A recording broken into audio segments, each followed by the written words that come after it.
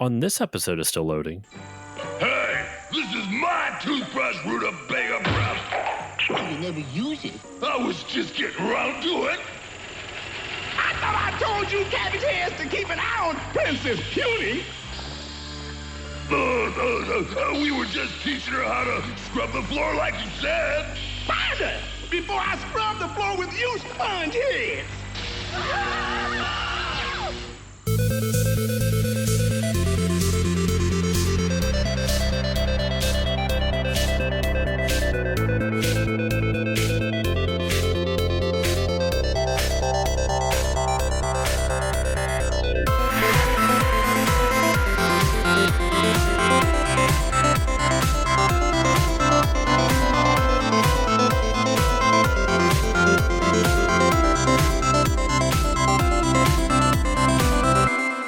Hello, everyone, and welcome to this new episode of the Still Loading podcast. I'm your host, Josh Koval, and today on the show, it is that time of the month. Wait, no, it is a time. It is your favorite time of the month. Captain N, the Game Master. We're covering two more episodes from season 3. Because for those who don't know, season 3, the episodes are only about 10 minutes long, so 10 to 11 minutes long. So these are very short ones. So we figured we'd cover 2 at a time. And joining me, my co-host with the mo-host, Dexter Morrill. Dexter, how are you doing? Hello, everybody. Yes, we're back. More Captain N. Dexter, we are here to discuss 2 more episodes of our compatriot, the N Master himself, Captain N, the Game Master. 2 episodes called A Tale of Two Dogs and Battle of the Baseball Know-It-Alls. A Tale of Two Dogs was written by Dennis O'Flaherty, and Battle of the Baseball Know-It-Alls was written by Calvin Kelly. Calvin is a one-time writer. I believe O'Flaherty wrote like one other. Yeah, actually, he wrote The Big Game, which was back in season 2, and he also wrote The Lost City of Congoland, also back in season 2. They were back-to-back episodes, which I'm pretty sure, if I remember correctly. I know we actually only did 1 episode per episode that time. We didn't double them up. I keep forgetting season 3 we're doubling episodes up. Anyway, so this is episode 5 and 6, or these are episodes 5 and 6, which means, everybody, there's only 1 more episode left. That's right. There is only... Yeah, is that what that would be? The penultimate? We are because the penultimate episode, yeah. Yeah, 1 more episode left, which I got to say the title of it, because I actually really like the title. I don't know if the episode's going to be any good at all, but it's called The Fractured Fantasy of Captain N, which sounds so ominous to be the last episode of the series, but we'll get to that when we next month. It'll be the finale. And for that finale, I'm going to say it now and I'll say it at the end of the episode, and I'm also going to be putting it on social media as the finale gets closer. I want you all to write into us about your Captain N memories, or even the series memories, like moments that you enjoyed from our dumb banter throughout the series, and or just favorite moments in the Captain N show that you remember as a kid, or what you remember of the show in general, and we'll read it on the episode. If you would like to, you can also send in, if you have the ability to, you can send me some recordings over email. You can send me an audio file, and we'll play it and react to it on the episode. So we'll see how that goes. But yeah, that's, I just want to shout that out now, because we are going to plan on doing that for the finale, which I did not tell Dexter that until just now, so this is his first time hearing about That's it too. okay. I'm going to go ahead and tell the listeners. Tell us about your favorite butthole. Tell us about your favorite white stuff that got on Simon's face. Whatever phallic shape, which there is actually one in The Tale of Two Dogs that we'll get to. But yeah, so yeah, send us your memories, send us your sex jokes, all of the above. Keep it PG. Well, no, nothing, no nudes. That's all I gotta say. No, sorry, nudes. That didn't work. I was trying to do like an N pun with nudes, but it doesn't really work. It's just a whole bunch of N's. Anyway, we are going to dive into the first episode here, A Tale of Two Dogs, episode 5, once again written by Dennis O'Flaherty. The episode begins with Dr. Light and Dr. Wily making a peace robot. they've decided to come together to, they've made amends, and what better way to bridge their hatred for each other by making a peace robot, which is literally a robot with a smiley face and a peace sign for a nose. Did you notice that that's like the character design of the Yellow Devil from Mega Man 1? Or Is it really? he shows up in a few Mega Man games.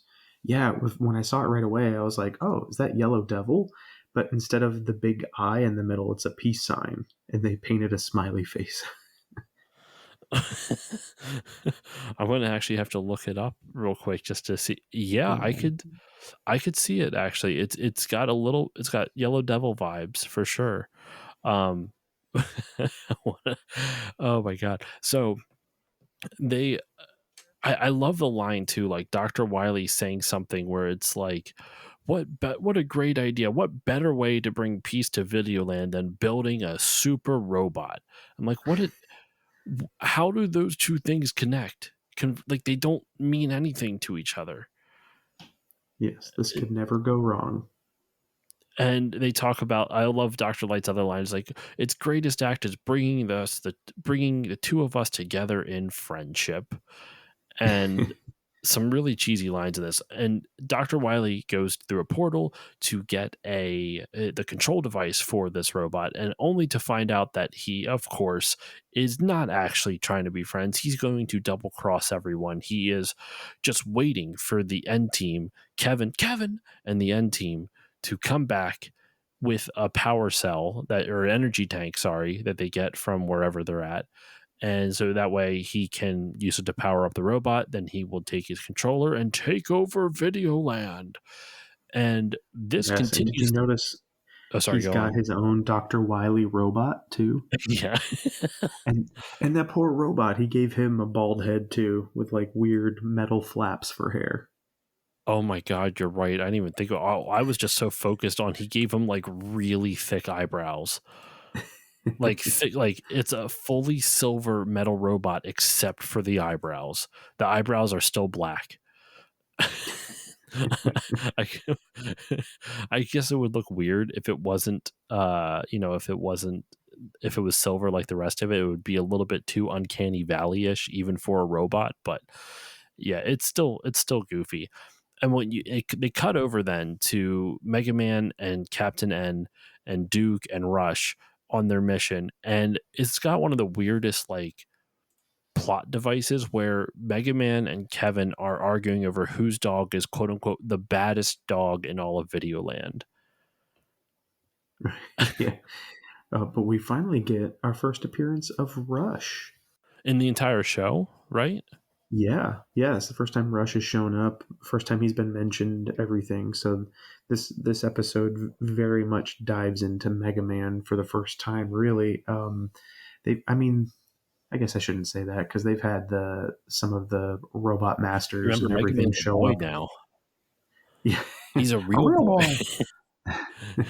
If the end of season 1 is to be believed, which I don't believe it because nothing fucking changed.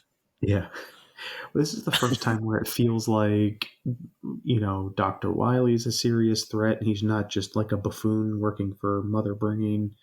Um, they go to Top Land, which I guess is supposed to be for Top Man's stage kind of thing. Like, Even so, though it should be, I guess, Megaland or whatever it was for all the other Mega Man time, all the other times they went to Mega Man's world.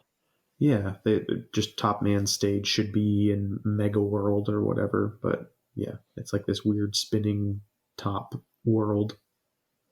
Well, and I love they did have a decent amount of attention to detail in this episode for Mega Man stuff. Like the cat that you see right after, like right when the first time you see Mega Man and Kevin in Megaland or whatever it is, they're fighting a cat in this episode, which is something straight out of like what Mega Man 2, I want to say. Maybe Yes. 3. I'd have to double check. I think it's 2 though. Yep. Oh, Mega And Man 3, I'm sorry. also, like from the get go, like Rush is talking, Mhm. which Yeah. leads up to the weird ending of this episode. Oh, we'll get to Where that. I have a rant yeah, about that. I have a rant about that. Yes, Rush is talking and cracking jokes. kind of like a robotic Scooby Doo almost.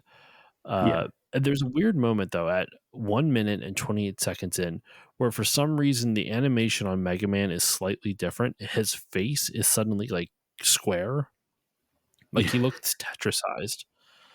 You see Yes, what he I'm saying? does. Yeah, no, he definitely does. He looks like a Lego version of Mega Man. Exactly, you see it again a little bit later on in like the next shot, but then afterwards he's back to normal, and it's like nothing ever changed. It's so strange. So Rush chases the big robotic cat away by just barking at him, you know, Yeah, well, just Duke just does, but scaring yeah, it away. Sorry, what? Duke does. Sorry, you said Rush because then Oh, I'm they sorry. Yes, hop Duke on top does. of Rush, which that led me to Rush is rocket powered. They're literally riding a rocket, but they never catch up to Duke until the end. They are like Duke must run like at the speed of sound in Videoland, because I can't understand how else they would not have caught up to him. Considering like there's this whole argument about who is the better dog in Videoland, and I'm sorry, it's Duke. Not because Duke it's not because I like Duke more than Rush. It's just because of the way they present it. Duke isn't a robot, but he's able to jump as high as Rush, which we'll see a little bit later on. He can run faster than Rush, arguably faster when they're fucking like flying at like the speed of sound, and it still takes a solid like 12 seconds for them to catch up to Rush. It's just it's wild, and they are just bickering like an old married couple about whose dog is better, and I don't understand this choice. Yeah, it's a weird like thread that they're using to tie the whole episode together when it could just be about this weird piece robot. When they get to Duke cornering Top Man by just barking at him, I love what does Mega Man say? Mega Man is the one that takes him out after Yeah, Kevin he said, shoots away some what does he say? flying Something about tops. a punchline. Like, Yeah, here's my mega punchline. And he just shoots his fist off of his arm, and it just knocks the fuck out of Top Man. Like, it doesn't disintegrate him, it just knocks him out cold. it, I was trying to It figure out what even Top has like Man's the whole like, plan. Yeah, I was well, trying to look, figure out what Top I, Man's plan was. He's just spinning. Like, yeah, and what is then he expecting to do? I don't know. And then it's like the best animation I've seen in all of season 3 after he gets punched. Like, it's very fluid when he like falls over. Hmm. But yeah, it No, I was agree. so bizarre. I don't know what Top Man's plan was. Like, I'm just going to spin here and waste their time because I'm not doing anything. But then, yeah, when he disappears, he turns into the energy tank, which isn't exactly how that works in Mega Man, but and it looks like a dome light, like one of those. They used to have an as seen on It TV commercial for those. Like you can put them in your closet and light up your closet, like a little push button light. That's what the energy tank looks like. it doesn't look like this, but it reminded me of like a Tide Pod for some reason. I don't know why. It's a dome, like you said. It's a dome light, but for some reason, I just thought of it being as a Tide Pod. So they bring the energy tank back, and Dr. Wily sees this. He's like, "All right, I can, my plan can go into motion, but I just got to get, Captain N and Mega Man out of commission. We got to create a distraction for them, and I know just what to do." And his whole plan here is that he wants to kidnap the dog so that way they can distract Kevin and Mega Man. And Kevin and Mega Man go through a portal as Dr. Wily's saying this, and they go to the beach, I guess, to do these more of these dog competitions. And Rush and Duke are surfing. And Right, what as like dogs do, you know. as dogs do. I mean they can. You see That's videos true. of it. That's true. I don't know why this, for some reason, is a determining factor over whose dog is better, but Yeah, for some reason they chose this for reasons unknown. And Mega Man, to his credit, comforts Rush a bit. It's like, it's okay, boy. We'll get him in the frisbee toss or whatever. They throw the frisbee. Both Rush and Duke leap in the sky, like hundreds of feet in the air, both of them, right into a portal created by Dr. Wily going to Dr. Wily's castle. Yeah, yeah. What did they? I'm trying to remember. I thought that the lines should have been said by the opposite person, because um, yeah, Mega Man's like, isn't that Doctor Wily's world or something like that? And Captain N's like, you mean the Skull Castle, whatever. Like he corrects him and gives him the proper name. And I'm like, shouldn't Mega Man know that? I didn't even I mean, I feel like both of them should know it because Kevin plays all the games, but it is Mega Man's world, theoretically, so you're right. Yeah. Why And why does he not know that? I also enjoyed Kevin's line. You know what I always say? Once a sleazoid, always a sleazoid. Like, I'm gonna start using that in my everyday speech. yeah, I like how he says I'll it like that. You know my catchphrase. I'll be I'll be driving to work or something, or like next time I'm driving with my wife. Actually, tomorrow we're going on a little trip together. So, with the family and I. So if some like driver is going to be an asshole or something like that, and he cuts us off, I'll be like, you know what I always say: once a sleazoid, always a sleazoid, and see if she even see how she reacts. I'm going to expect it something along the lines of what? What's a sleazoid? It's the 90s again, man. Come on. I mean, the amount of like bizarre, wacky insults in this, it's always like mega ninny, mega mini. Uh, there's all like Captain Numbskull is another one that he says later on. It's Yeah. just so silly. Anyway, so Kevin and Mega Man go to Wily's castle, Skull Castle, whatever it is, and they knock on the door for some reason. Like, he's a bad guy. Like, why would you? I mean, I guess they don't know at this point. They might. I mean, but why wouldn't you suspect if your dog suddenly went through a portal into Dr. Wily's castle Yes, and he when he's just already said known to be a bad guy? he's still a sleazoid. Oh yeah, he says it. So like, why Doc? Why you just bust in? Wiley springs a trap on him, and he puts him in this random water pit, like something straight out of Star Wars with like the trash compactor or whatever, and a giant phallic tube comes out of the wall. And poops a robot turtle. Excuse me, ejaculates a robot turtle. Sir, use the proper Pardon terms. me. What was I thinking? As you do. uh, oh my god! And Dr. Wily comes up and starts making fun of them. Welcome to my pool party. Hope you'll stay for dinner. Blah blah blah blah blah. And Kevin says, "Oh, you'll pay for this, Wily." And he goes, "I'm sorry, Captain, and I left my wallet in my other lab coat." I'm like, "What? Okay, I get the joke, but." The delivery was so underwhelming. Like there was Yeah, it wasn't delivered like a joke. It was delivered like matter of factly, yeah. No, it doesn't sound like it's a comeback. It just sounds like it's a response. It's so goofy. I love it, but it's so goofy. Now, Yeah. Dexter, I got to know some of you. Like, what's your opinion on this scene? Because I'm about to go on a rant. About how they get out of this predicament. Yes. Okay. So, yeah, Wiley leaves them to just, I guess, tread water, and then they shoot more turtles, and Kevin can't Ejaculate use. turtle.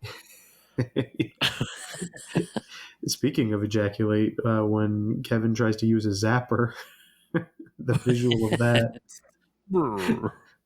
it squirts out liquid, and he's like, I gotta get my blaster waterproofed. Where's Um, Simon when you need him?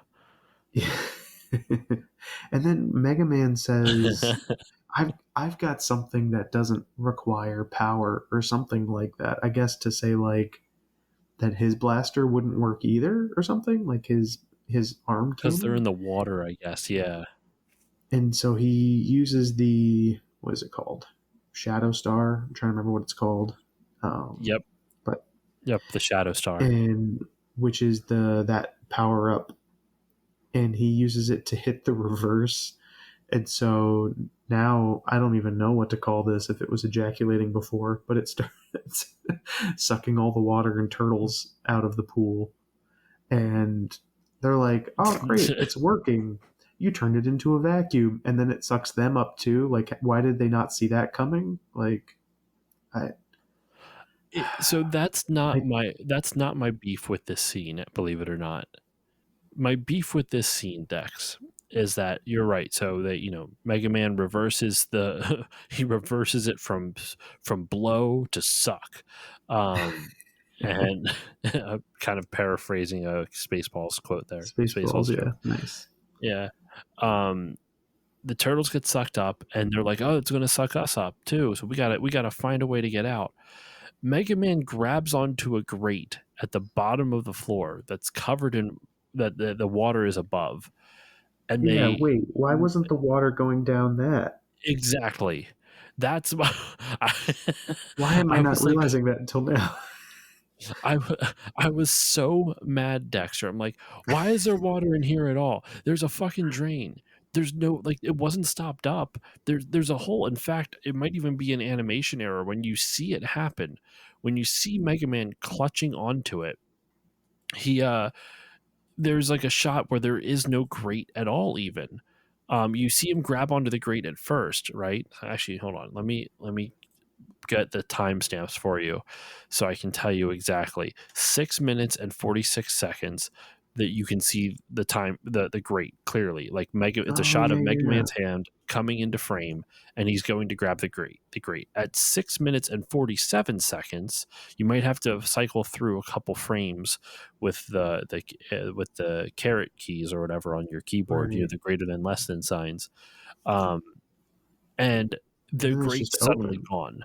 Yeah. And then if you keep on watching, uh, I'm going to keep going. It cuts back to them.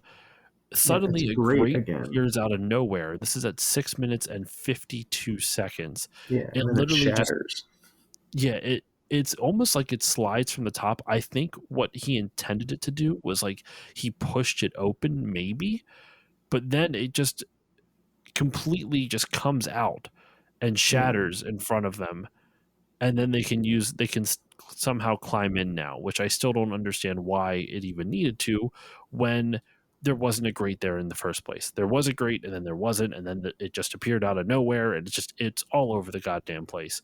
But yeah, why did the water not drain? There's no reason for the water to be there at all in the first place when there's a drain at the bottom. That's so weird, yeah. I don't know why I didn't notice that before. Or consider the physics. The physics with an X.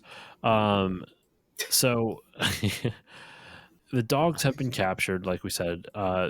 Dr. Wily thinks that he's dispatched of Kevin and Mega Man, so he's going to go take care of the robot and take over Videoland. And Duke and Rush are now behind like an electrified, basically prison, like prison wall or whatever. The gate, whatever it is. I can't speak right now. They decide to dig out, and that's right when Kevin and Mega Man come bursting through the wall into the exact cell they were just at. They see them. They jump down the floor, or they jump down the hole and come out the other side, and start trying to defend Rush and Duke, who are being attacked by the robot Dr. Wily.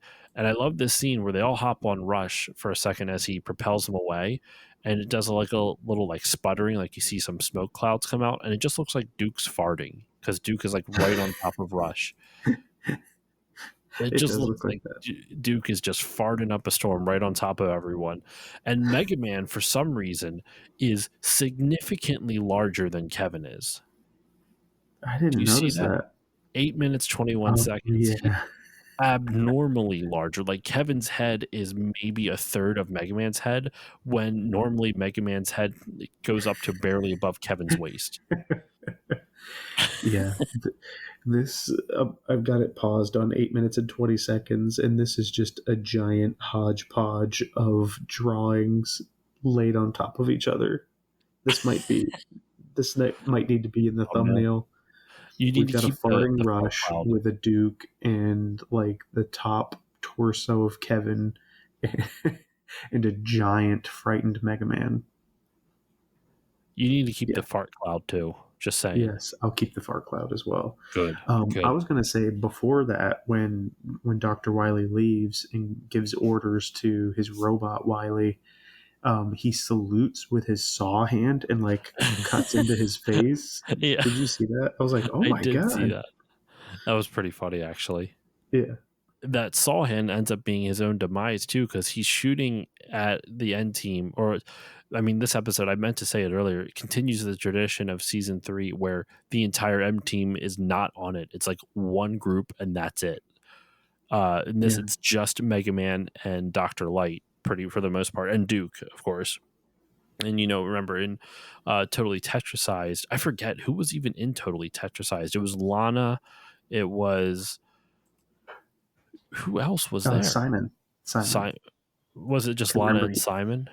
Yeah, because he gets turned into. They leave him as a doorstop, like Tetris That's what piece. it is. Yeah, Lana and Simon. And then in episode 3, it was once again Simon because it was Return to Castlevania. Episode 2, it was Lana, and I think that was it because there's no Kid Icarus in the. I don't. Kid Icarus showed up in the first one with the Misadventures of Robin Hood, but you don't. Once again, you really just you see one or two, never more than that. Until the next one, but we'll get to Until the that. next one. Finally, we'll get to that. But yeah, so the robot Dr. Wily shoots all his saw blades everywhere and ends up cutting a pipe, which then lands on top of him and kills him. And for some reason, they do this goofy animation where they get on Rush to jet out of it, which causes the castle's nose to get tickled and it sneezes them out. Yeah, that was some interesting cartoon logic there.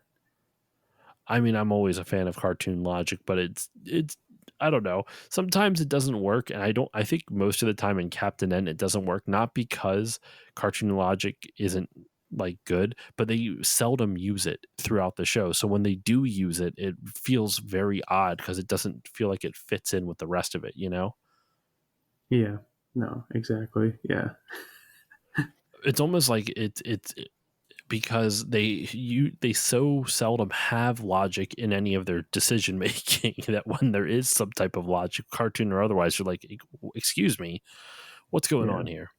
yeah, and they sometimes try to add like Looney Tune type jokes, Mm-hmm. which can feel out of place when it's supposed to be like a stressful moment. Like the timing of it, like it works when they're just having like downtime and they do something to Simon, like wrap him up like a mummy and spin him around or whatever. But yeah, it seems weird when the show's trying to act like, will they get out alive? And then they do some like weird Looney Tune joke. It doesn't really fit in that moment. Yeah, I agree. So the episode, we get to pretty much the finale fight of this episode because once they escape Wily's castle, Dr. Light shows up and says, Dr. Wily stole the peace robot. And I could have sworn Dr. Wily earlier, like when he was still pretending to be good, said peas robot, not peace, my peas robot. It's almost like he just replaced the C with an S and it didn't quite work. Peas robot. But the way they defeat Dr. Wily, a couple things. One, the robot is significantly larger than what it was before in the episode. Like there was 2 stories in the beginning. Now it looks like it's 4, but Yeah, that's neither here nor there. The way they defeat it is Kevin like shoots his blaster or whatever, or something like Rush uses it. I forget. It basically makes the robot's foot hot, which suddenly Dr. Wily can't control because its foot's hot. So it's almost like the robot is sentient. But anyway, we'll ignore that. feels pain. Yeah, It feels pain, and because of that, a tree branch, because of the stomping, it suddenly breaks a tree branch off of a lone tree with a robot beehive on it. The robot beehive lands next to Duke, but for some reason, none of the bees try to sting him. And the way they defeat Wily is that Duke riding on top of Rush uh goes up in the air. Rush drops a rock onto the sphere at the top, like the glass sphere that's where Dr. Wily is controlling the big robot for. Which I one, why is that glass so weak? Two, how did he not grab them prior to that? Like that, but I mean, more importantly, why is the glass so weak? You would think it'd be like bulletproof or something. Like a rock shouldn't just be able to shatter it that easily, but it I wrote does. the same thing in my notes. That was like, really? Just a rock? But then I'm going to give the writer a break, even though I don't think they thought of this. Technically, it's a peace robot, so it shouldn't need like super reinforced glass. I guess that you know what? Fair point. Fair point. I think that's actually pretty valid. They drop the robot beehive into Dr. Wily, into the robot. It starts chasing Dr. Wily around, which then causes the robot to mimic him because, cartoon logic. Yeah, that And makes sense here. the robot trips, it falls over, everything breaks apart. Arms falling off, legs falling off. Robot just, it makes me wonder how well made it actually was. If one single trip is enough to like make literally every single thing fall off. Maybe it was a pieces robot. Oh my god, Dexter. I'm sorry. You win. You win. Um, so the episode ends. The episode ends with Rush making a joke. I forget exactly what he says. Do you remember what Rush says? He says something about Something must have why did been he run bugging away? him. Yeah, something must have been bugging him. And then he does the arf, arf, arf, arf, like in a robot voice. Both Kevin and Mega Man look over at the dogs, and it's like, whoa, did you say something? You can speak, Duke? And And yeah, Mega Man Mega Man's goes, like, no, that was Rush. yeah. I'm like, motherfuck. Rush literally spoke in front of both of you earlier in the episode. Yeah, at least twice. Once, at least twice, definitely once, because I remember the first time Rush speaks, neither of them are near them. Like they're not on screen together, so you can make the argument like, okay, they were Oh, far that's enough true. away. But Yeah, there is a time when Rush is literally right next to Mega Man on screen at the same time, and he says something, and no one fucking acknowledges it. yeah, yeah. It caught me off guard, and that's like the joke that it ends on is arguing about whose dog can talk now. Like, wait, he's been talking this whole time. It's such a dumb joke. I don't. I like it. Just really makes me question. Excuse me. It really makes me question Kevin's intelligence. I'm going to be honest. Or maybe like, how do you not? Whatever. I don't want to nitpick this anymore. It's a bizarre ending. But apparently, these motherfuckers don't pay enough. They're too wrapped up in their own competition that they don't notice that their dog can fucking talk. And how does Mega Man not know Rush can talk? Yeah, that was my thing. Like, wouldn't he be programmed as a robot dog unless he went through the test to be to become a real dog? The way that Mega Man became a real boy. And why? What would his version of it be? What? Because I forget what happened in episode. That was episode 13 of season 1. He goes to like some bizarre land, right? And I Yeah, forget what it is. it's all one big Pinocchio like pastiche. Yeah, but that's episode 5, A Tale of Two Dogs. So what's interesting, Dex, this episode 5 appears as episode, like A Tale of Two Dogs, the one we just covered, appears as episode 6 on IMDb, but everywhere else on YouTube, on Wikipedia, I'll even double check the Captain N wiki just to see like what they say the episode order is, but I'm fairly certain that it's, yeah, they have it as episode 5 is A Tale of Two Dogs, and episode 6 is Battle of the Baseball Know-It-Alls. So, but yeah, that's episode 5. Final thoughts on A Tale of Two Dogs, Dex. I'm impressed that they didn't use the pun TAIL, the tale of two dogs. I give them Uh, credit for not doing that. But yeah, when that episode ended, I was like, oh, that all went by really fast. Like there was no time to really breathe. I felt like in that particular episode. Yeah, I mean, these episodes are only 10 minutes long, so they really have to cram everything into a very short amount of time. Yeah, I felt like they did a good job, similar to the Castlevania one, of getting squeezing a lot of Mega Man references in. But on the whole, felt very. It felt more like a montage than watching a story. Hmm. Like I mean, lots of things were happening. I feel like that's kind of like the thing with all of these season 3 episodes. But anyway, we're going to move on to our second episode of this episode, episode 6, Battle of the Baseball Know-It-Alls. Once again, written by Calvin Kelly. I haven't done this for a while now, but you know what? We're going to do it for here. So this episode released on October 19th, 1991. A Tale of Two Dogs was on October 12th, 1991. Kind of apropos, actually, considering this episode's coming out in November and these episodes just dropped in October of like 91. So, technically, Dex, we're close to the 32nd anniversary of these episodes. Oh my gosh. Yeah, these episodes came on either side of my 5th birthday. So that's exciting. All right, so we're up to Battle of the Baseball Know-It-Alls. This episode begins with the N team playing in. It's not the what did they call it? It was not. It's not like baseball land. They're just saying the world of baseball. The batty world of baseball is how it begins, and they're fighting the Videoland All Stars, which is headed up by the iconic, the ever lovable Bo Jackson.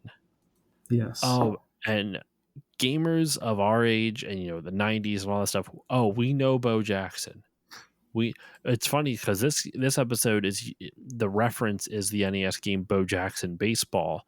But obviously he's arguably more well known for being in Tecmo Bowl as the running back and just fucking destroying everything because he was so freaking fast. Yeah, I was going to say he's not the only athlete to do it, but he's probably the most successful, well-known athlete to do both Major League Baseball and Football. NFL. Yeah. To play both and to be so proficient at both. Because Deion Sanders, I believe, also did both. But, Bo Jackson was almost arguably like Hall of Fame worthy for both sports. And was just an incredible athlete. Isn't that just wild to think about? Like it's funny. I'm like looking at his stats right now. He didn't play too many games. It looks like he only had 3 years in. It looks to be like 3 years in the NFL, and then he. But he also started playing in baseball in 1986. Like that's just wild to think about. Like what took precedent? Like the NFL season usually ends before baseball, but baseball can go into the NFL season if he gets into like if there's any like if you get into the playoffs, then you are coinciding with the football season. That's just nuts to think about. But that's just so silly. Anyway, so yes, Bo Jackson is in this game, and the episode.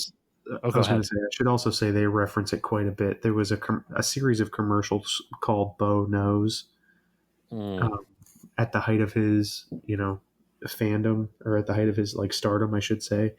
And they reference Bo Knows a lot, and it would show like Bo knows tennis, and it would like have a clip of Bo Jackson playing tennis, and Bo knows, and it was like all these different sports. And that was like the kind of joke. And I think the end, it was like Bo knows hockey, and it was like doing all these crazy different sports. And so they say Bo knows like 4 or 5 times in this 10-minute episode. I actually did not know that. I was not aware of it. I mean, when this episode came out, I would have been 2. So I would have been a little bit young to like catch any of those commercials. I might have seen it though, just in passing, but I'm not entirely sure. So Episode, like I said, begins. Kevin's throwing some pitches. Bo gets a pop fly, and Simon tries to catch it with his vampire glove. Yeah. And he's Simon like, always now's my does shit like chance. this. Yeah, he's like, now's my chance to use my special super vampire catcher's mitt or something like that. And it's like, you haven't been using that the whole time? Like, Like, why not? Why not? yeah, So he, but the thing is, he doesn't change anything out. It just his mitt turns into a vampire, grows fangs. It's yeah. very odd. And bites his butt when he misses it. Well, Duke pummel like headbutts him right in the nuts first. Like both of them. Like I feel like Duke broke his neck on Simon's torso, and Simon probably just I don't know. Yeah, but his vampire mitt ends up on his butt, and he tears off part of his pants. And of course, the ball ends up being a foul anyway, so Bo gets a strike. And it's just in the middle of a baseball game, and it cuts over to the God help us, what the fuck were they thinking version of Mother Brain. Dude, It is like just, jump scare dude, warning. I was so taken aback by how, like, listen, I understand this season is a lower budget. I understand that maybe that's why they're only 11 minutes. But holy fuck, did they make Mother Brain look awful in this? We finally get Mother Brain and Eggplant Wizard and King Hippo back, but that cut to Mother Brain, I'm not kidding. That's jump scare worthy. Like, oh dear God, like She's got a monobrow. yes, she Unibrow. has significantly, like, to describe it to our listeners, Mother Brain has significantly less line work now than she did before. So the brain looks more like a wig, and there's only two like tubes going from her face to the brain, but they kind of look like horns now. Um, she doesn't have Because like the warts in the like all the stuff on her face. It's just she's just all smooth. The shape of her head is like a gingerbread man now. no, what I was going to say, the shape of her head is a tooth. It's a tooth wearing a brain wig, and it's got a pair of lips. Yep. Yep, that's about A right. tooth with And lips. there's a few shots in this episode where she's completely like wall-eyed, like eyes going in different directions. It's very unsettling. I I normally find that look really humorous, but not in this episode. Poor Levi It, Stubbs. I mean, as far as I know, so one of the things I looked up in some of the trivia on the wiki, which you know what, right at the end of the Captain N series is the first time I looked up any trivia for any of these episodes. So good on me, Josh. Good on me. This episode apparently, I hate to like kind of spoil it, but I guess it's kind of nice. This is this is the last episode with pretty much the full end team. Simon will not appear in the next one. Game Boy does not appear in the next one. Mother Brain does not appear in the next one. Eggplant Wizard does not appear in the next one. King Hippo does not appear in the next one.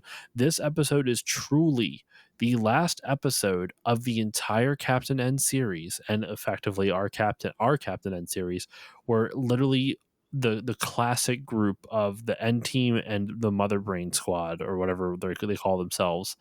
It's the last time they're all together. Kind of bittersweet, man. It is. That's so sad to see Mother Brain go out this way. Seriously, after such a night, like Levi Stubbs pulled in such an iconic performance, and like even in this episode, like he's doing fantastic, but it's just a bummer, man. It bums me out that we don't get any more Mother Brain in this. Apparently it's also the last appearance of the Palace of Power, so really it's also like this is it, like no more like this really, like, if anything, this should have been the last episode, but we have the Fractured Fantasy of Captain N coming up next month, so we'll see how that is. Fun fact about the airing of this, I'm reading this directly off of the Captain N wiki. I don't know how true this is or not, but I'm going to trust the wiki. Originally aired with the Super Mario World cartoon, we know that, but with the episode King Scoopa Koopa. However, In some regions, such as Angleton, Texas, it aired with The Wheel Thing instead. Reasons for this are unknown. Uh, and what is this? Probably since, as noted below, this is the only episode to feature the entire end team as well as the entirety of the main series villains. Uh, as a result, some regions may have moved some episodes around out of order in an attempt to kick off season 3 by having the first episode to include the entire end team. Season 3 already suffered from a lower reduced budget, so this may have been done to prevent fan confusion. That's I could smart. see that. I, Yeah. I could see that. Um, I think I like the way we watch it, where like you don't see any of them until the until the penultimate, until the second to last episode. Yeah. Um, I mean, you do notice it, but it's one of those things where these episodes go by so quickly that you don't feel it. You notice it, but you don't feel it, if that makes sense. yeah, exactly. I would agree with that entirely. Um, so the episode though continues. You see King Hippo and Eggplant Wizard are a lovable, goofy duo. Their only appearance in season 3 and their final appearance for the show. And they're probably the Uh, closest to their original designs than any of the other yeah, characters. they look normal. They look like themselves. It's interesting Yeah. that the animators must have put a lot of effort into it. I mean, you still see King Hippo's dime or quarter sized nips. And all 12 of his chins. Yep. Uh, and they're like working on some wires, and he's like, they King Hippo's like, you melonhead, don't touch your wire to this one, otherwise it'll zap you. And he's demonstrating it though, so they end up getting zapped anyway. It's kind of silly. Classic. But it cuts back to Kevin. Basically, Mother Brain says she's gonna do something to Videoland, or no, something to get rid of the end team, so that way she can take over Videoland. And Kevin's about to throw the last pitch to strike Bo Jackson out. And I just noticed Kevin on his hat. Kevin, sorry, there's the one I have to do for each episode. He has an N on his hat. He does for the N team. Yeah, on the scoreboard it had N and it had V. I'm guessing for N team versus Videoland All I Stars. guess so. It's funny though. At 1 minute and 40 seconds, it looks like, I don't know if you can get the perfect still frame. You might have to cycle through a couple frames. There's a moment where Kevin looks like he's about to sneeze. It's Oh, that's kind of funny. amusing. The ball flies through the air. Kid Icarus tries to catch it. It just spins Kid Icarus into a spiral and into the ground. It goes into the scoreboard, and then all of a sudden, the baseball field starts wibbling and wobbling, and gold light comes out of nowhere, and everyone gets sucked into a portal except for Game Boy. Game Boy really only appears for like half a second in this He episode. doesn't talk either. He uses his screen both Mhm. times. Man, they really did our boys dirty in this. I mean, I guess like you can't, there's not a lot of time, so they can't devote a whole lot of screen time to each character like they could in a normal episode. But um yeah, so they go to what they call the cellar of Baseball World, and it was sent there by Mother Brain, who tells Princess Lana that it was her that did it, and now she's going to take over Videoland, which I find it odd that Lana just fucking gives up. She still has Game Boy, and like she still has things that she can fight back with. Like she wouldn't be the type just to give up, but she does. Like Mother Brain does take over just because she sent the end team to the Baseball World cellar. Yeah, lots of baseball puns in this episode. For those of you unfamiliar with baseball, that's what they call last place in the division. If you're a team that's in last place, you're in the cellar. I mean, I feel like they use that to describe a lot of different sports too. Like if you're in last place, you're in the cellar of the league type of thing. Yeah, that's true. I But shouldn't just say it's baseball. But it is funny that when they're down there, Bo's like, "This is where we put all the foul equipment and or all the like the foul equipment, I think as he calls it, and it's just a bunch of baseballs embedded into a cave wall, Yeah, and yeah, he they says I suddenly get wrote this really down. angry faces." Yeah, I wrote this down. I haven't seen this many foul balls since the World Series. And I was like, what? That doesn't make any sense. Like, Did Bo why would there Jackson ever be? go to the World Series? Do you know? I, I don't think so, but he might have. I'd have to look that up. But I just like why would there be more foul balls in the World Series? It's just a I'm weird trying thing to to say. see. I don't know if his team ever made it. I'd have to check. I'll keep looking. I'll do a little bit digging, but they explore through this cave with all these angry baseballs, and the team splits up because Bo and Kevin decide that they each know what's best. Like there's a split in the road, and Bo's like, "Well, you know what they say in baseball? You always go right or something like that. Some fucking line that doesn't make any fucking sense." And oh, that's the one game you play right or something like that. And so they decide to take the right path, which if you notice also the path, the way it's split, there's a base at the center of the fork in the road and there's painted lines like it's part of a baseball diamond. Yeah, I did notice that. Bo and Kid Icarus and Simon, and actually Kid Icarus has a line earlier when when the balls first start attacking them. They look pretty harmless to me a kiss, and They it look just pretty harmless to don't me, I put guess. don't put lines like words like that right next to each other for that character. It sounds dumb. He already sounds dumb with the Ickis thing, but now you put harmless and Ickis right next to each other. Now he's just rhyming unintentionally, and it makes it even worse. No, it's ridiculous. But the crossroads, like you were saying, it sets up this like rivalry between Bo and Kevin. Well, I guess the very beginning did where they were playing against each other. But in this case, like you said, Bo says, "Well, you always go to the right in baseball, so that's where we're gonna go." And Mhm. Kevin's like, "Well, I say we go left because I know video games." Which is And valid, actually. Both are yeah, valid. and the team splits up with who they think is right, which doesn't seem very smart. I thought it was strange that they just quickly were like, okay, I'm going this way, bye. Like, they didn't like talk about it or anything. They just, okay, well, we're just going to split. Yep. And right after they split up, they it cuts back to the Palace of Power, where you see Eggplant Wizard showing Lana how to clean the floor with a toothbrush, and Lana kind of smartly goes, "Oh, I see what I don't. I see that you're doing that, but I still don't understand what's happening. Could you show me again? Could you explain it to me so I can understand, Eggplant Wizard?" And then King Hippo's like, "Oh, let me show you how to do it," only to realize it's his own toothbrush that he's cleaning the floor with. And Eggplant Wizard's like, well, you never use it anyway. And he's like, oh, I was just about to. He starts brushing his teeth with it. I'm literally at the scene when he's doing it too. Just if you think about that too, that means he's scrubbing his teeth with just floor dirt and Yeah. water. Yep. That's it. Did And you? so I have to watch it slower, but when he gets upset with Eggplant Wizard, he punches his head into his body, and the does way that he? is, yeah, at 417. Okay. Oh yeah, wow, that animation is wild. It's just like a almost like a bowling pin going into like I don't know. It Yeah, it's so goofy. What were you going to say yeah. about it though?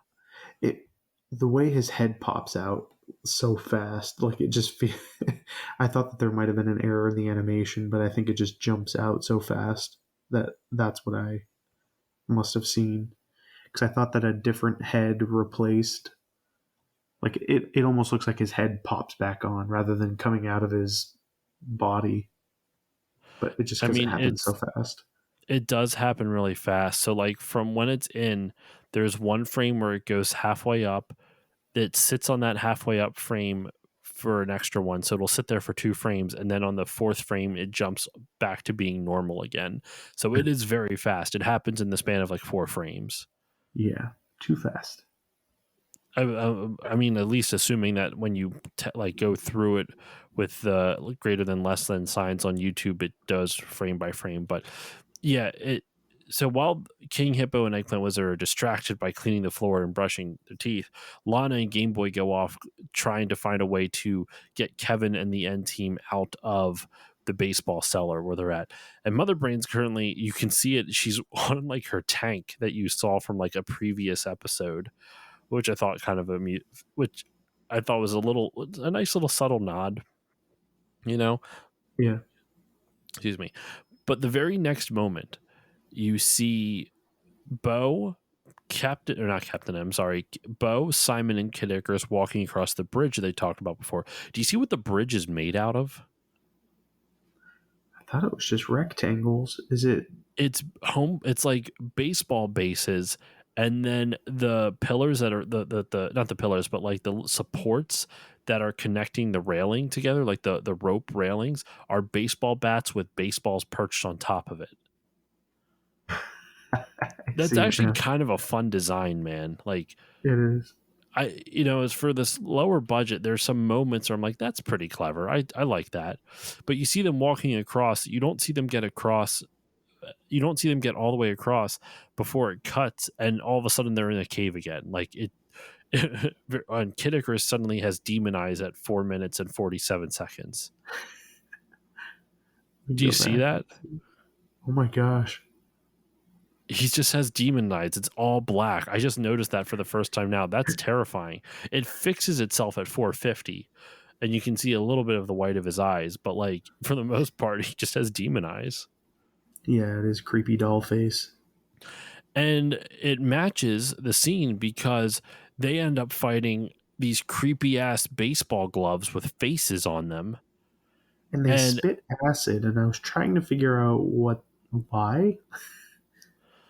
I don't know, but I'm going to send you a picture, Dexter, of it's a little uncomfortable.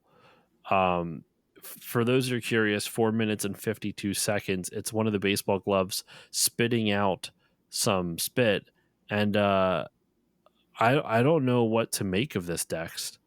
That I just texted you the picture so you can see it. But what? Excuse me, what? It looks like it's just it. Yeah, I'm lost. It looks like it's sucking out, like it's spitting out its acid spit, but the face it's making, it looks like it's sucking it up. You know what I mean? Right. Yeah, it's making like the cartoon like a puckered lips, but it I don't even know. I'm so confused by it. But they spit out acid on the bridge that they're walking across, and they have to quick rush across before the acid, melts the bridge. And those baseball gloves are terrifying, for real. And then it cuts over to Kevin, Duke, and Mega Man going on the other path, and they're getting chased by basically baseball snitches, like straight out of Harry Potter or whatever. Yeah. Yeah, because they're supposed to be fly balls. That's what it is. What a dumb joke. And now, like, they're in like this like kind of shamble of a cave, and they all end up going back the way they came. It looks like, they all end up meeting back where they started Which makes at sense if that it's a baseball intersection. diamond that they would kind of meet on the other side. But they didn't meet on the other side. That's the thing. At least it doesn't look like it, because Bo and the squad came back on like in the bridge, and the chasm where they came from is still on the right side. It would have been on the left if they had actually been able to switch, like get to the other side. I think they ended up having to run away and go back to where Oh they started. yeah, I think you're right. It's very subtle, but Lana does. This is where Lana's able to speak with them. She finds a way to contact them, and Lana, it's a little confusing, but she like hits a lever, and for some reason it makes it seem like she could turn on some type of portal. Yeah, she tells them she's like has access to Mother Brain's computer and is going to give them a portal out of the cellar. Is that what it's supposed to be? Yeah, and that's what Mother Brain's like, no, you're not. And she's supposed to be like hitting a button to send there, and that's when we get Mother Duke Brain's sniffing out eyes the looking different directions. What Um, frame is that? Yeah, 629, 628. 629, you can see Mother Brain looking at it. Oh man, I have to see this now. Um, there, it. I mean, I talk about it a shitload. Oh my god, I see what you're saying. There's a ton of times in like Bluey where they do that, but it's always for comedic effect, never by Yeah. accident. This very much feels like an accident. But anyway, Duke sniffs out the portal that Lana somehow magically conjured, even though you don't see it. Um, and they end up in this weird underground cave baseball diamond fight, fighting, what is it? The baseball king? The baseball card king. The baseball card king. And it's got like a dude who looks like uh, Kurt Schilling or some shit like that. I don't know. It's been, I mean, I know Kurt Schilling's kind of an asshole. That's an understatement. But he kind of, I don't know, for some reason, the way I look at him, maybe it's because of the red hat, it reminds me of the Phillies, but he looks like Kurt Schilling to me. Yeah, his eyes are hidden by the giant bill of his hat. His body is a baseball card with like arms and legs sticking out of it. But like there's a baseball behind him still, and maybe like his hair, like it's almost like the baseball has a, I'm so confused by him. I think the baseball's his throne.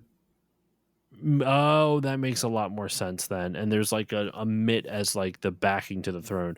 And then Yeah, he calls out a bunch of baseballs or baseball bats with legs wearing hats. and And giant then underbites. and giant underbites. You're right. It's Yeah, they look like they're all going, oh yeah, like the classic like rich person Thurston accent. Howell the third or whatever. Yeah, Ooh, lovey. yep, that's what they all sound like. I would imagine. I'm going to bite you. You're making me positively batty. It's so dumb. But they defeat all the bats, and Kevin has an iconic line. Well, I hate to win and run, but there's a signal coming from the end of the baseball field. And then they just fucking jump off a cliff, like into a chasm, just eat themselves off into a chasm. I need you. I need you to go to 8 minutes. 8 minutes and 2 seconds, and watch. Tell me Oh, how Duke destroys this bat at just after 8 minutes. is it 8 minutes and 2 seconds or 8 minutes? It's 8 minutes and well, it happens at 8 minutes and 3 seconds. But yeah, just to give yourself enough time, I would go to just 8 minutes and watch from there. Okay, so Duke pounces on the bat. I see that. It He adds a pounces couple on. extra thrusts afterwards. Oh my god, you're right. He just humped that bat to death. Yep. The thing is, because everyone else that's attacking the bats disappear like a normal video game enemy. But that poor bat that Duke pounces on has to stay there as he has his way. Last thing he saw before he got taken out by Mega Man Sawblade was Dog Dick.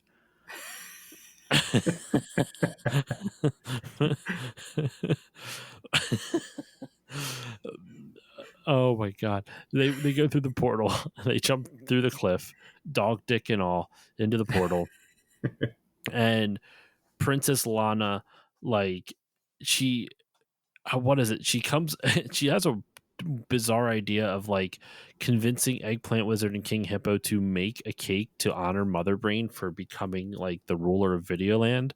But that was all part of her plan, because after Mother Brain puts on the crown, Eggplant Wizard and King Hippo start dancing. I think don't they sing a song? It's like, for she's a jolly good brain or something like that. Yeah, yeah, they are. For she's the evil bad queen. That's what they're singing. For she's the evil bad queen. For she's the evil bad queen, and nobody can deny. Something like that. Yep. Mother Brain starts crying out of happiness, only to realize that Lana was like, that was all part of my master plan. The portal opens up right as the end team falls onto the cake, and the cake turns into a fucking fountain. Like, it just, it uh, when they smash it, it suddenly grows in like 6 times the size, like, but out sideways, like they smash it so it splurts out all around the rest of the room, but like all 5 layers end up taking the entire screen. You know what I'm talking about? Yes. No, this whole moment, like I thought I understood what was going on, but I was like, what is happening right now with the cake and then jumping off the cliff? Like it all, like in the end, I understood what happened, but as it was happening, I was like, what's going on? But yeah, those those layer cakes like grow sideways instead of like splatting. They The grow growing from left sideways to is right. perfect. That is a perfect description. Yeah, they didn't want to animate it like splatting, so they just like stretch it to the side. It's so bizarre, dude. It's so bizarre. But because it splats to the side, it ends up propelling Mother Brain, King Hippo, and Eggplant Wizard up into the portal into the baseball cellar, which presumably, since Captain N doesn't show up, like they don't show up again in the rest of the series, there's only one more episode. Does that mean they just in the baseball cellar forever, getting chased by baseball bats and baseballs? That that seems to be Mother Brain's fate, and she's like, "I hate baseball." Of course, they have a camera watching it happen, and they're just laughing at her, just running away in her tank. And it's just the end team. And though I don't see Kid Icarus in here, I see Duke, Mega Man, Simon, Princess Lana, Kevin, and Bo Jackson, but there's no Kid Icarus in this last scene Bo Jackson has officially replaced Kid Icarus. for this episode, and then we never see Kid Icarus again. Actually, hold on. We It doesn't say it's the final episode with Kid Icarus, so we'll probably see Kid Icarus in the next episode. But yeah, that's it. That is episode 6, Battle of the Baseball Know-It-Alls. I didn't have nearly as many issues with Know-It-Alls as I did with Tale of Two Dogs, but like going through Know-It-Alls, how can I describe this?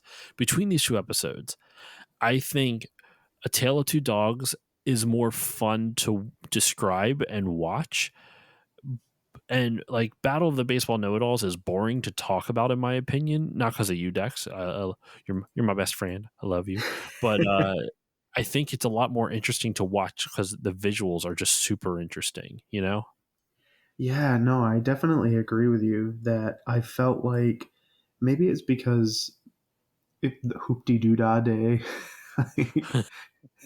maybe that took all of the sports pun energy that I could give, because this was just full of, like, I thought I was going to have more to say about it, like you said, but yeah, Tale of Two Dogs is not as good of an episode, but I enjoyed talking about it way more.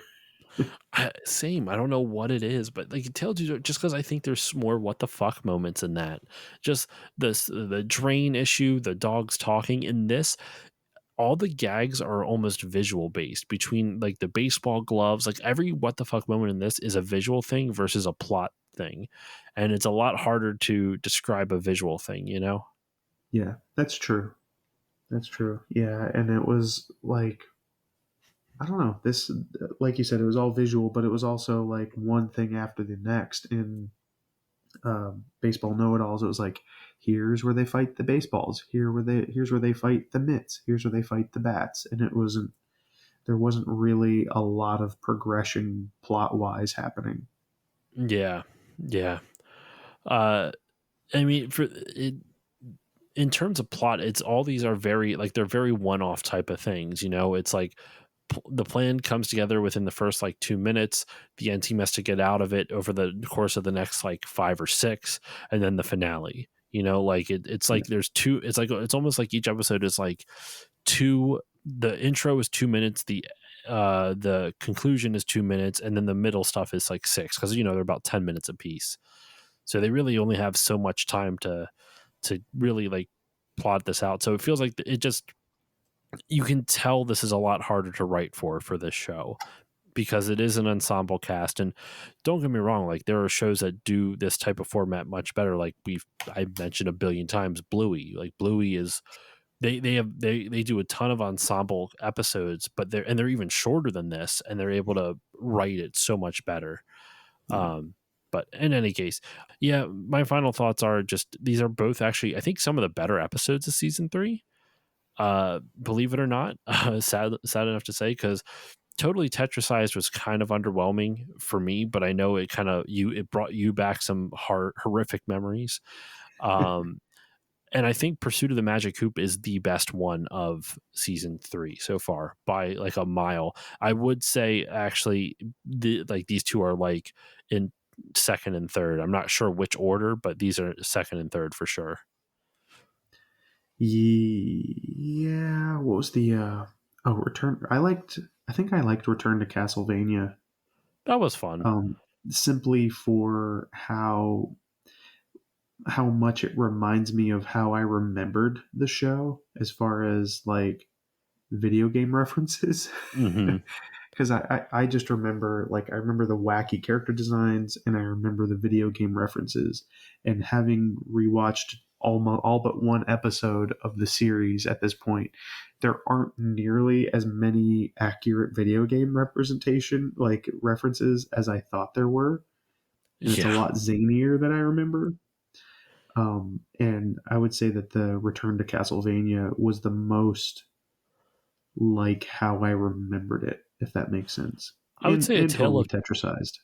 A Tale of Two Dogs has a bunch of good references to Mega Man in it too, between the Yeah. different weapons and all the like the cat and the what is the yellow devil? Sorry, I couldn't think of it there for a Yes. second. And that might be why that one ends up being better than I thought it would be as well. Same Yeah. reason. But yeah, that's episodes 5 and 6. We are coming up. We are into the home stretch now. One final episode to go for our Captain N series. I'm in shock, dude. This has been a 2.5 year journey that we've been on. We started this in the summer of 2021, and we are ending this now right before the winter, I guess technically right before the winter of 2023 into 2024. So we've been doing this for 2.5 years. We'll save all our retrospective thoughts on the series for our last episode. But get excited, y'all. We have one final episode. Excuse me. We have one final episode for you in this Captain N series. And like I said at the top of the episode, send in your memories, your thoughts, your things you liked about the series. Moments that you enjoyed throughout the show. If being a little selfish, moments you enjoyed that Dexter and I were able to give you, whether it's dumb jokes that we don't remember that we said, because that happens all the time. Someone will like message me like, "Oh, this was so funny, you said this," and I'm like, "I don't remember that at all." I barely remember half the shit I say.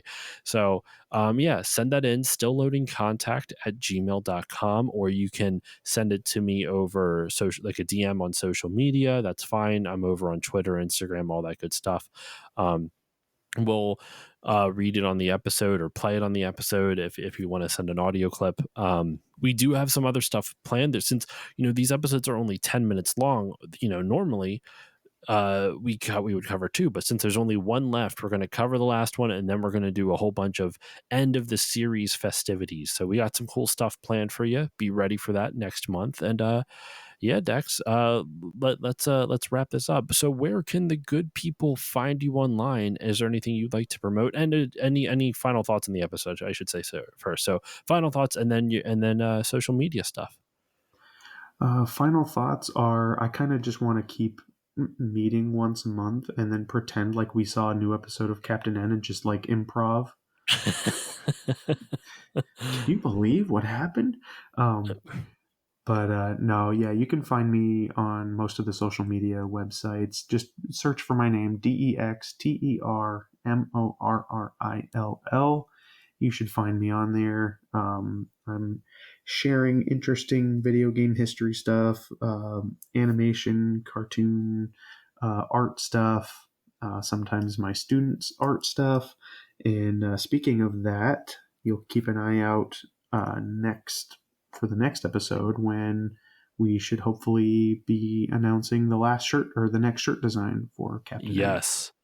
Yes, we will definitely be having that shirt ready for everyone when it'll be up on the store by that time, so be ready. Yeah. All right.